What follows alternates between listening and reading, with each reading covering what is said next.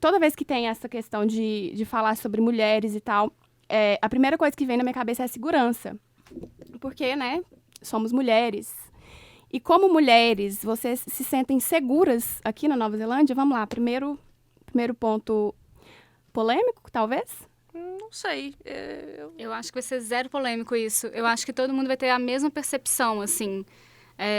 Que da primeira vez que andou sozinha à noite aqui em Invercargill, percebeu que não precisava ou que não sentiu que precisava tanto ficar olhando em cima do ombro para trás, assim, ficar contando quantas sombras tinha quando você passa no poste, esse tipo de coisa, assim, que a gente está acostumado a fazer desde criança no Brasil. Que só mulher, né? Só mulher entende? Só a gente sabe. Inclusive, fui perguntar pro Chico se ele fazia isso, ele falou, não, nunca parei pra pensar quantas sombras tem quando eu tô andando sozinho na rua. Ai, meu Deus. Meu Deus do céu. Muito Privilégio é diferente isso, mesmo. né? Olhar pra dentro do carro, se tem alguém no carro e você não percebeu.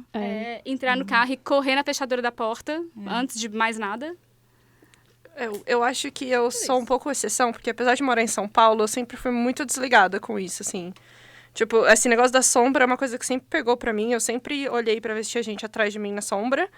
Mas acho que era uma das poucas coisas que eu fazia. De resto, eu sempre fui meio Desligada. relaxada demais, acho, com isso. Mas aqui eu sinto isso... mas aqui eu senti que o quanto que eu fazia isso em São Paulo, por exemplo. Porque eu comecei a reparar.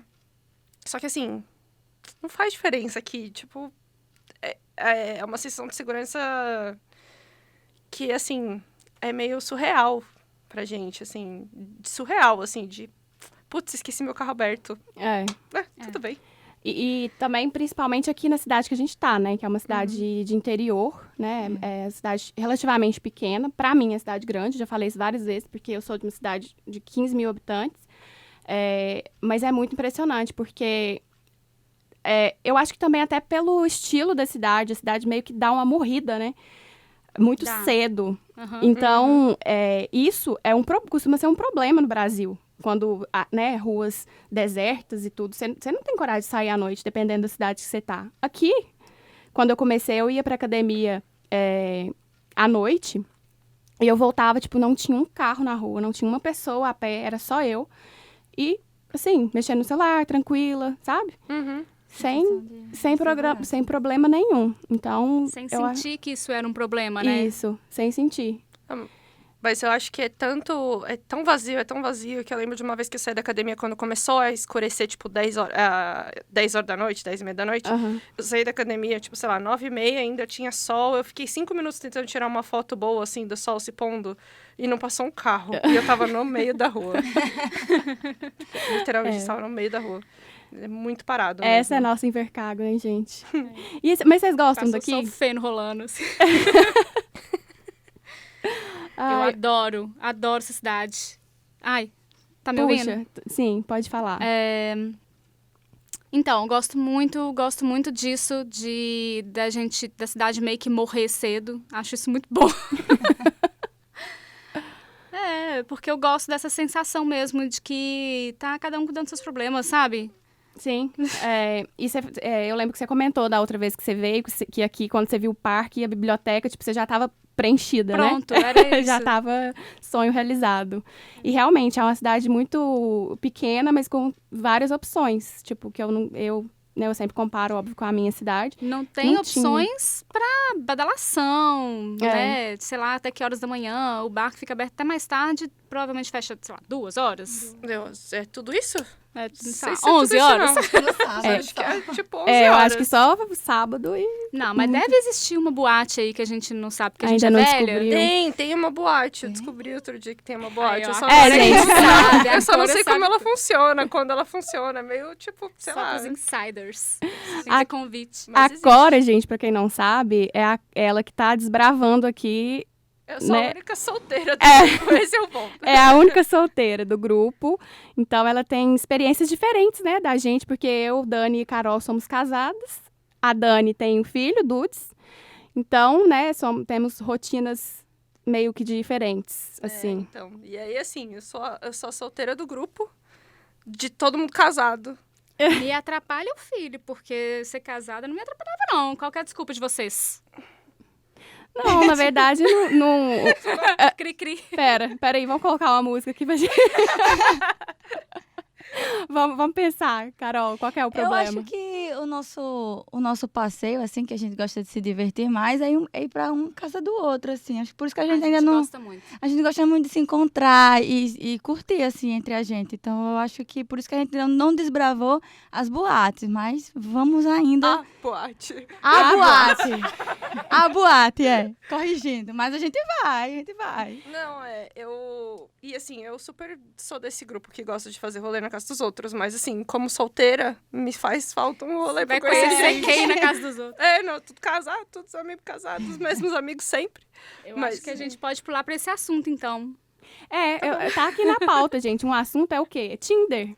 Então, a gente só tem uma pessoa que pode falar sobre esse assunto aqui, que é justamente a nossa Corita. Ai, gente, o Tinder Conta aí daqui... O que vocês querem que eu conte primeiro? Tipo, eu preciso de um foco. Me Conta ajudem. tudo que é contável. Precisa de uma semana, né? Pra poder falar de quais são os Sabe? problemas do Tinder. Então, problemas do Tinder. A gente pode começar assim. O Tinder é interessante. Eu era casada, né? Eu me desenvolvi. Acho que eu não falei sobre isso da outra vez. Eu sou separada há pouco tempo, desde que eu cheguei aqui.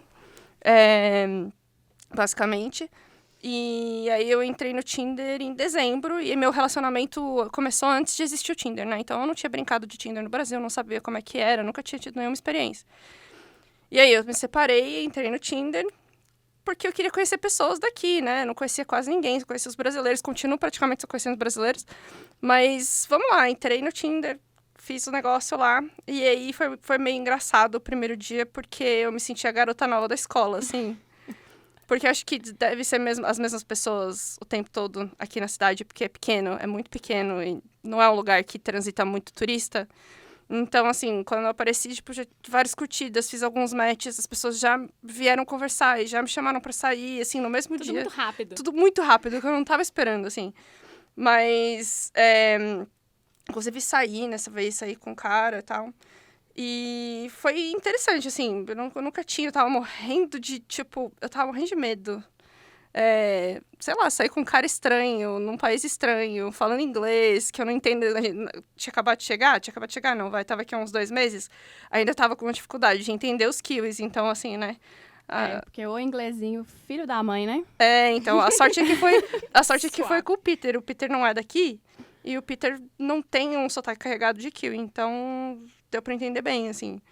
Mas eu acho que até isso entra no assunto segurança também, né? Se a gente topa ficar encontrando com qualquer pessoa, assim. Acho que na primeira vez você marcou num lugar que você já conhecia, não teve assim? Foi exatamente isso, assim. Primeiro que ele me chamou pra sair e tal, e aí partiu dele. Ele falou assim, olha, você pode vir... Ele tava num hotel porque ele não é daqui. Ele falou, você pode vir pro meu hotel, você pode escolher... Ele deixou totalmente a cargo, tipo, pra eu decidir onde eu queria ir, o que eu queria fazer. Eu que escolhi e não teve, tipo, não teve nenhum estresse com relação a isso.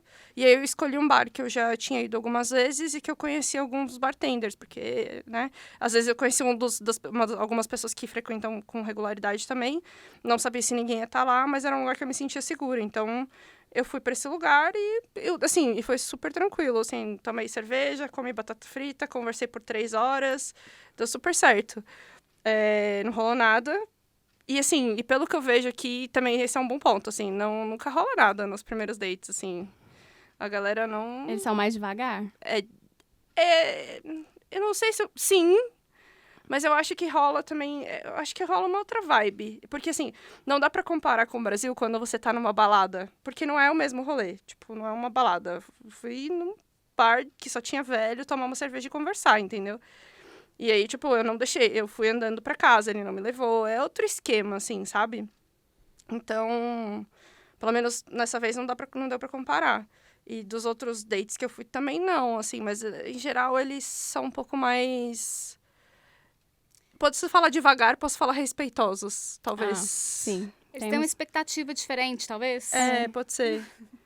Pode ser. Mas aqui, só para um parênteses que eu lembrei que você falou do bar, aqui nos bares, nos banheiros dos bares, tem um cartazinho sobre o negócio do red light. Red light? Eu não me lembro agora, mas... Eu acho que é red light. Tem um símbolo, que é um R e um L, e eles falam no cartaz tá assim, ou peça uma bebida que chama red light, ou tira uma foto e mostre esse código aqui se alguém tiver te atazanando no bar, sabe? E Gente, aí, eu nunca vi isso aqui. Não sabia É também. verdade. e aí não, um tem dos sim. bartenders vai te acompanhar, vai chamar um táxi pra você e vai ficar com você até você estar seguro. E assim, se isso existe, se esse cartaz existe, é porque não é assim, Tem esse história, né? 100%, né? Como eu falo, se tem placa, tem história. Então, se tem um cartaz desse, é porque é preciso, né? Mas eu acho legal porque parece uma coisa organizada, né? Poderia ter no Brasil, assim, as pessoas podiam ser treinadas para fazer esse tipo de coisa, assim, nos bares. Mas me chamou a atenção para isso, assim, olha, não imaginei, assim, que precisasse ter uma coisa tão estruturada, sabe? Tão organizada, porque parece que aconteceu tantas vezes que precisou tomar uma atitude para que isso parasse de acontecer. Nossa, é verdade. Eu nunca soube sobre... Eu nunca parei também, né, para pesquisar sobre o histórico de ocorrências, né, de assédio, de, sei lá, desse tipo de coisa. É que talvez também, pensando um pouco sobre isso, podem ser coisas diferentes, assim. Acho que até, como a gente tá num país diferente, a cultura do assédio pode ser diferente. Alguém falar com você... Aqui no Brasil, a gente tem uma tolerância muito grande, eu acho, para o homem chegar e pedir e ficar em cima. Até pra questão do toque, né? Porque as a gente... pessoas, ninguém se toca, assim. Eu acho que tem uma cultura muito diferente. Então, coisas que pra gente, talvez no Brasil, não fossem consideradas assédio pra eles são. É então, verdade. Eu tô chutando aqui, tá, gente? Mas faz sentido mesmo. Mas uma coisa que eu lembrei aqui agora também, acho que eu comentei com a Carol, que a questão, eu acho também que é muito do brasileiro, que é a questão de mexer, né? Tipo, mexer na rua, mexer com a mulher na rua, assoviar. Eu, sinceramente, não sei se isso é brasileiro, mas eu acho que sim. Porque, por exemplo, quando eu tava na Tailândia, a gente ficou lá 4 meses ano passado, eu estranhava, tipo, eu passava em frente os homens, assim, conversando, tipo, rodinha, e era, tipo, como se eu nem estivesse ali, sabe? Tipo, não é que eu acho que todos os homens vão mexer comigo, mas é que eu tô tão acostumada a todas as rodas que eu passo, ter pelo menos um que a gente tá acostumada a ser a carne do açougue, né? E isso, assim, e aí acabou que eu fiquei lá 4 meses e eu totalmente acostumei a não ser, tipo, a não ouvir assovio, não ouvir ninguém mexer comigo e tal. E aí cheguei aqui também, foi muito, assim, mais ou menos na mesma vibe. E aí teve um dia, eu acho que eu comentei, foi com a Carol mesmo, que eu tava passando, um cara chegou e buzinou pra mim. Aí eu fiquei assim, gente, deve ser alguém que eu conheço, né? Porque não é que ele tá mexendo comigo, é alguém que eu conheço. Porque aqui não existe isso. Só que existe, né? Não existe, então... eu acho que nenhum lugar tá livre disso, de babacas. Né? Não, eu acho que não. Eu acho que a incidência é menor. Mas existe, assim. Onde tem gente. Onde tem gente, tem um babaca. Não, vai ter. Eu acho que eu nunca passei por isso aqui, assim. Acho que eu já vi caras me olhando, mas não falaram nada. E a última vez que eu fui pra Dunedin, eu fui num restaurante e comi e tal, sozinha. A hora que eu tava saindo, tinha um grupo de, tipo, moleque, assim. E aí, quando eu passei na frente, um deles, tipo, fez um negócio, tipo assim, tipo, chamou os outros pra chamar atenção e meio que apontou pra mim. Eu tava de costas, mas eu meio que vi, assim, ele fazendo, tipo, um sinal com a cabeça, assim. Uhum. Mas, sei lá, foi tipo, olha ali. Sim, nada, tipo, que você se sentiu ofendida ou não. em perigo, nem nada, né? Não, zero perigo. Ele só, tipo, olha lá. É muito... Eu acho isso um saco. Eu, particularmente, acho um saco. Tipo, não sei se existe mulher que gosta. Não, é um saco. Gente, assim, a gente não pode existir, né? É isso.